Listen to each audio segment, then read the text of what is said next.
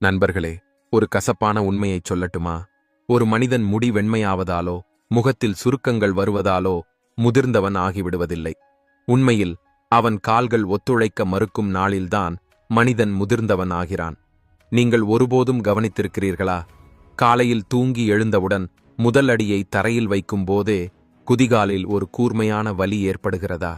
அல்லது கொஞ்ச நேரம் நாற்காலியில் உட்கார்ந்துவிட்டு ஏழ முயற்சிக்கும் போது முழங்கால்களில் கை வைத்து ஆதரவு எடுத்துக்கொள்ள வேண்டிய நிலை வருகிறதா?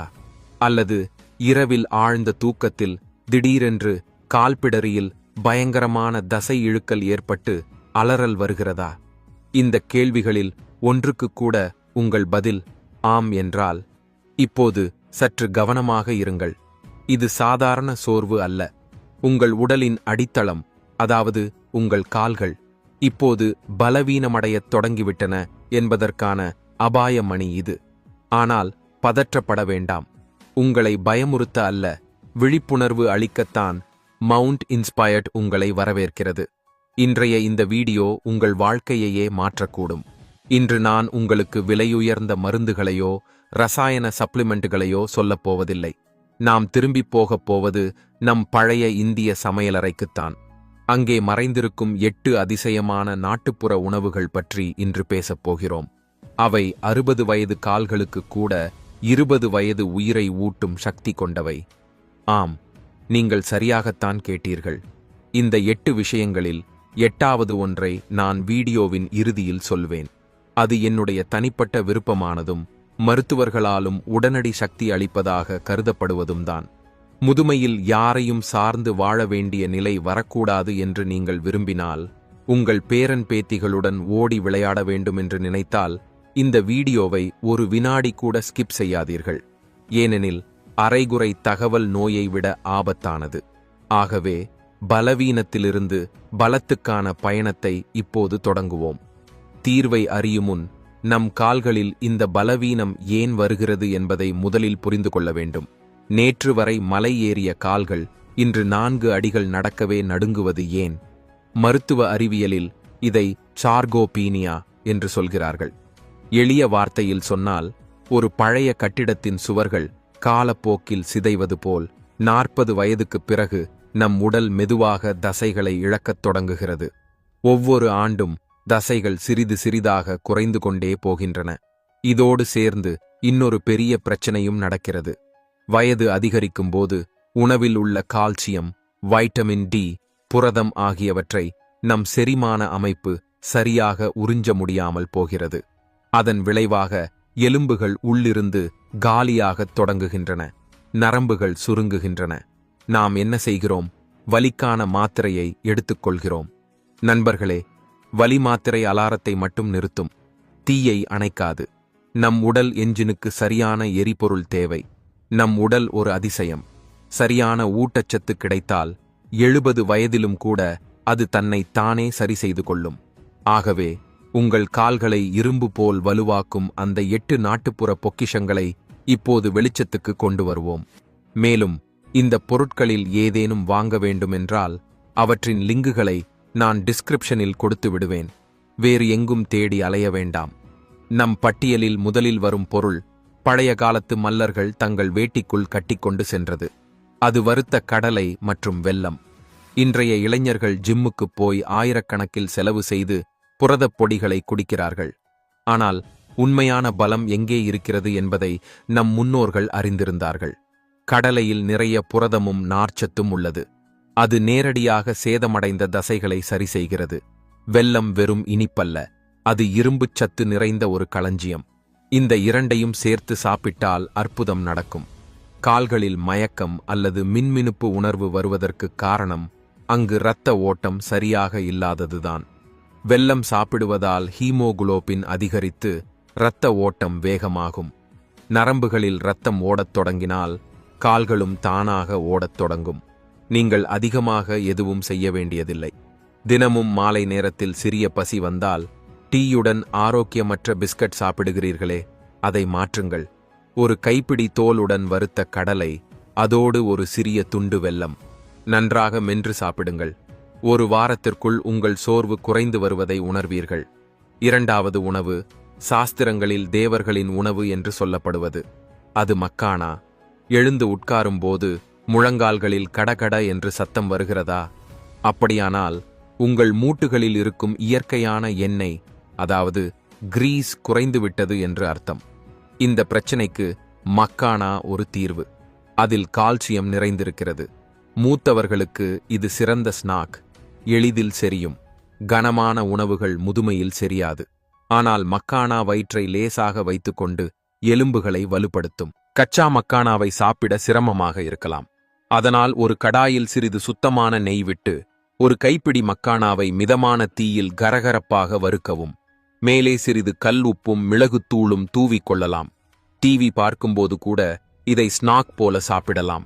இது உங்கள் மூட்டு வலிகளை குறைப்பதோடு மட்டுமல்ல, முகத்தில் முதுமை சுருக்கங்கள் வருவதையும் தடுக்க உதவும். நண்பர்களே, மூன்றாவது உணவின் பெயரை கேட்டால் நீங்கள் சற்று ஆச்சரியப்படலாம். நவீனமாக ஆக வேண்டும் என்ற எண்ணத்தில் நாம் இதை மறந்துவிட்டோம். அது ராகி. சில இடங்களில் இதை நாச்சி அல்லது மடுவா என்றும் சொல்கிறார்கள். கோதுமை, அரிசியுடன் ஒப்பிடும்போது ராகியில் 10 மடங்கு அதிக கால்சியம் உள்ளது என்பதை அறிந்தால் நீங்கள் ஆச்சரியப்படுவீர்கள். ஆம், 10 மடங்கு.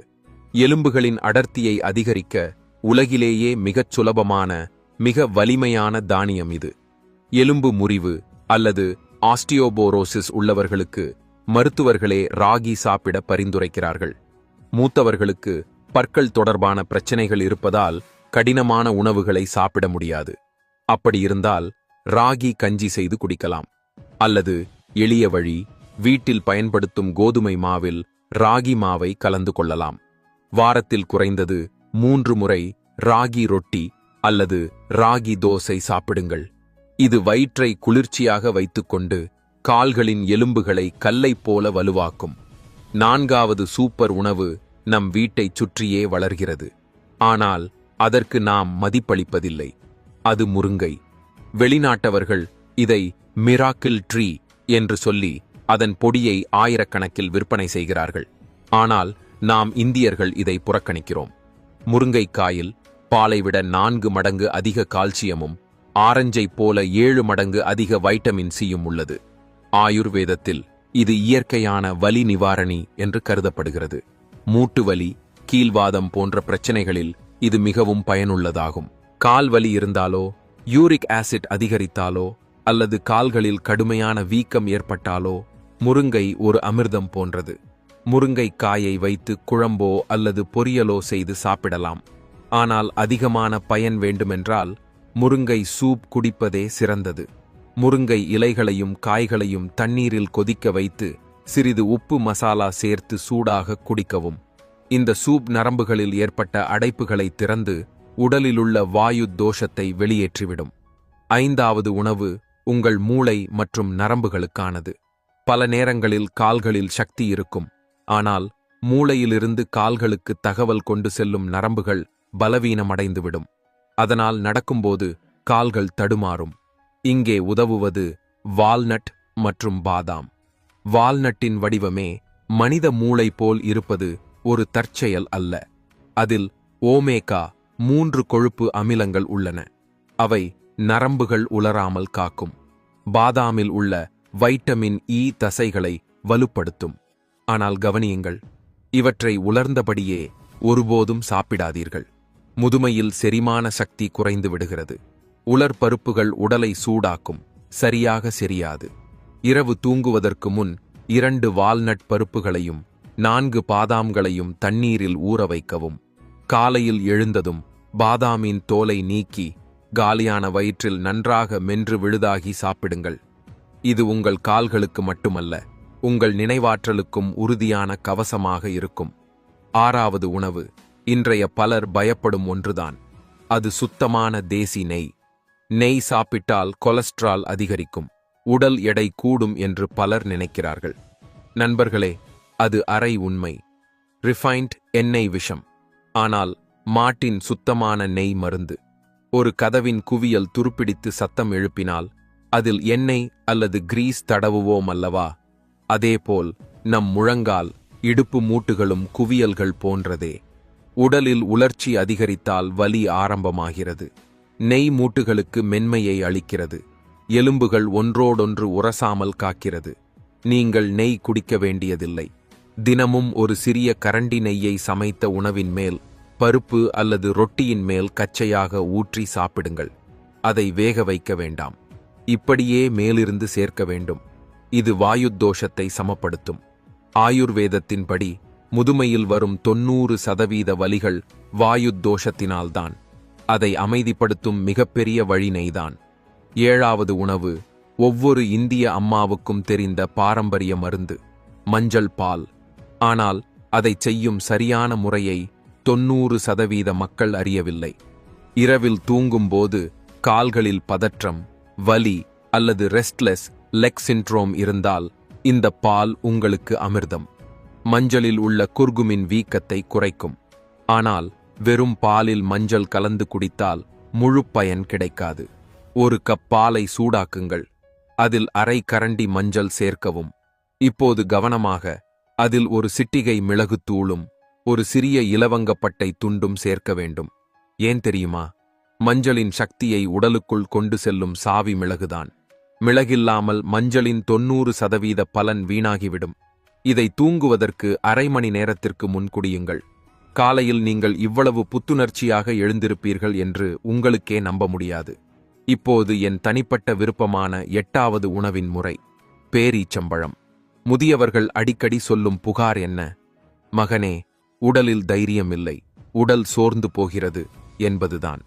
பேரீச்சம்பழம் இயற்கை கொடுத்த சக்தி காப்சியூல். இதில் பொட்டாசியம் மற்றும் மெக்னீசியம் நிறைந்துள்ளன. கால்களில் ஏற்படும் தசை இழுக்கலுக்கான மிகப்பெரிய காரணம் பொட்டாசியம் குறைபாடுதான் என்பதை நீங்கள் அறிவீர்களா? நாளில் எப்போது வேண்டுமானாலும் சோர்வு உணர்ந்தால் 2 பேரீச்சம்பழம் சாப்பிடுங்கள். அல்லது 2 பேரீச்சம்பழங்களை பாலில் கொதிக்க வைத்து அந்த பாலை குடித்து பழங்களை மென்று சாப்பிடுங்கள். இது இரத்தக் குறையை நீக்கி தசைகளுக்கு உடனடி வலிமை தரும். நண்பர்களே, இந்த 8 உணவுகள் உங்கள் உடலுக்கான எரிபொருள். ஆனால் வண்டி பெட்ரோல் மட்டும் இருந்தால் ஓடாது. என்ஜினையும் இயக்க வேண்டும். இவற்றையெல்லாம் சாப்பிட்டுவிட்டு நாள் முழுவதும் படுக்கையிலேயே இருந்தால் எந்த பயனும் இல்லை. இந்த உணவுகளின் முழு பயனை பெற நீங்கள் 3 சிறிய விஷயங்களை கட்டாயம் செய்ய வேண்டும். முதல் விஷயம், சூரிய ஒளி. நீங்கள் எவ்வளவு கால்சியம் சாப்பிட்டாலும் உடலில் வைட்டமின் டி இல்லை என்றால் அது எலும்புகளில் சேராது. வைட்டமின் டி-க்கான ஒரே மூலமே சூரியன். தினமும் காலை மென்மையான வெயிலில் 15 முதல் 20 நிமிடம் உட்காருங்கள். அது உங்கள் எலும்புகளை சார்ஜ் செய்யும். 2வது, சரியான அளவு தண்ணீர். முதுமையில் தாகம் குறைந்து விடுகிறது. அதனால் பலர் தண்ணீர் குடிப்பதை மறந்து விடுகிறார்கள். நினைவில் வைத்துக் கொள்ளுங்கள், நம் தசைகள் 75% தண்ணீரால் ஆனவை. தண்ணீர் குறைந்தால் தசைகள் இறுகிவிடும். நாளெங்கும் சிறு சிறு அளவாக தண்ணீர் குடித்துக்கொண்டே இருங்கள். 3வது, லேசான உடற்பயிற்சி. ஒரு மந்திரத்தை நினைவில் வைத்துக் கொள்ளுங்கள். இயக்கம்தான் மென்மை. நீங்கள் நகர்ந்தால் மூட்டுகள் திறந்தே இருக்கும். நின்றுவிட்டால் துருப்பு பிடிக்கும். நான் ஜிம்முக்கு போகச் சொல்லவில்லை. காலை மாலை 15 நிமிடம் நடைப்பயிற்சி போதும்.